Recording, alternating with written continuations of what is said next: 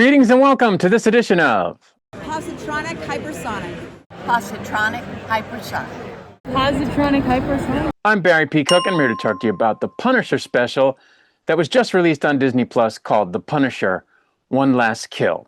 And as the special starts, the Punisher, aka Frank Castle, is living off the grid, haunted by hallucinations of people from his past, and still grieving his deceased family. While visiting their graves, he experiences violent visions of them as he contemplates unaliving himself. He then walks aimlessly outside through the city as chaos escalates around him. And he's also continually tortured by an apparition of his military buddy, Curtis Hoyle.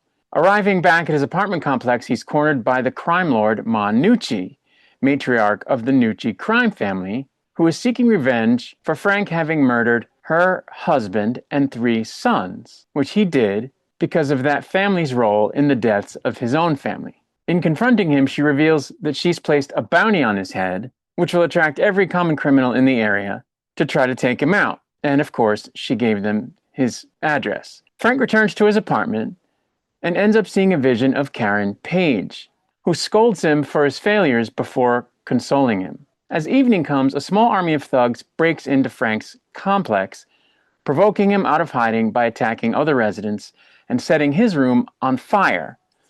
He escapes and ruthlessly dispatches the criminals, fighting his way to the rooftop.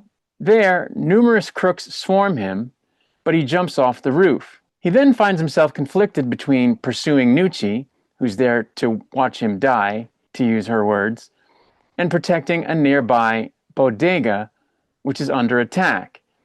And he ends up choosing the latter, killing the aggressors inside the store and saving the shop owner Dre, his wife Debbie, and their young daughter Charlie, who of course reminds him of his own daughter, and who after being saved gives him a paper rose that she'd made.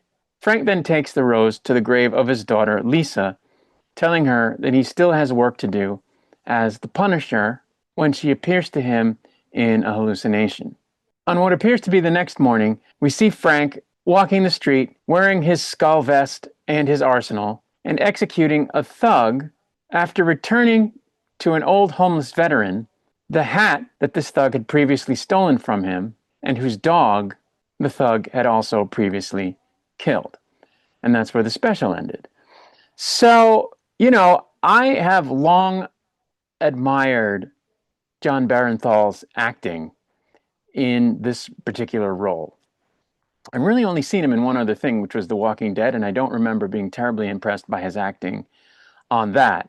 But he was only in, I think, the first 2 seasons, so I don't know that I had time to really do that. But anyway, I think he's fabulous in the role of the Punisher, and that, his portrayal of the character has really been a tour de force.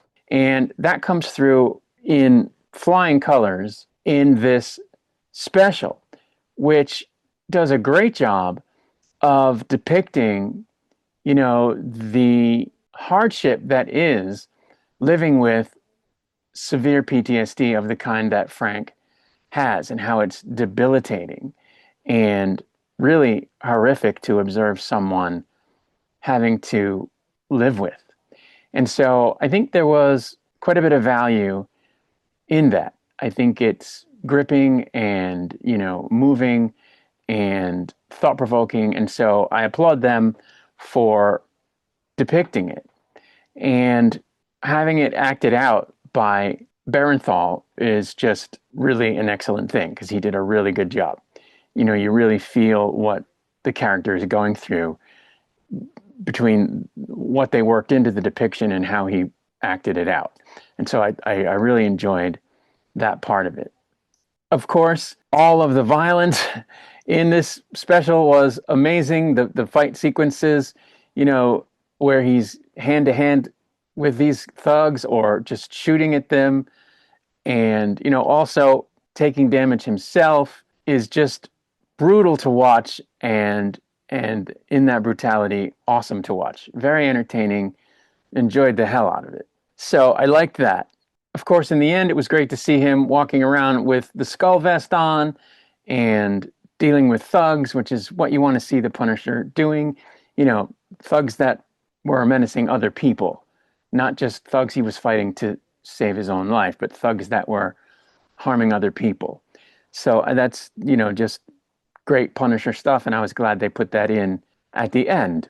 Judith Light is in this special very briefly. She was very good in her brief part, so I enjoyed that. And, having watched it, I guess the other thing we're supposed to take away from it, other than the depiction of PTSD, that I suppose I liked well enough, was how I guess it progresses the character in as much as it shows us that he's at the point now where he's finally taking care of everyone that had anything to do with killing his family. And he's achieved his mission of avenging his family, but now doesn't really know what to do with himself and is struggling to find purpose, which, is something that people can experience. It's a window into the human condition, which is always a good thing to put in a special or a show or a movie or a novel. So I appreciated that. And I think all of these things together, the performances, the different story points, made it a special worth watching. I just didn't think it was anything spectacular. The best part about it was the depiction of, PTSD sufferers. But I can't sit here and say, oh, this is a 5 out of 5 special that, you just have to see. It's fantastic. Because I really don't think that's the case. I think it was a 3 out of 5 because, I think there could have been more of him in the vest and more of him dealing with random criminals. And I think he could have given a little bit more voice to the fact that he's realized that he has more to do and to really drive that point home. So I found it lacking in that department. Also, it shows his part of the city in such utter chaos that, the cops are under siege and being terrorized by the criminals versus being able to get things in control.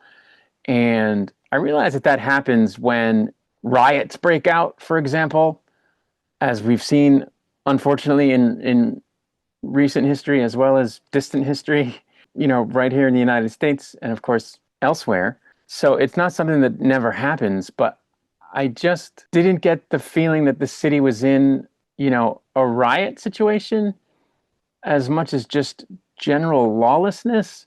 And I don't know, it didn't seem realistic to me.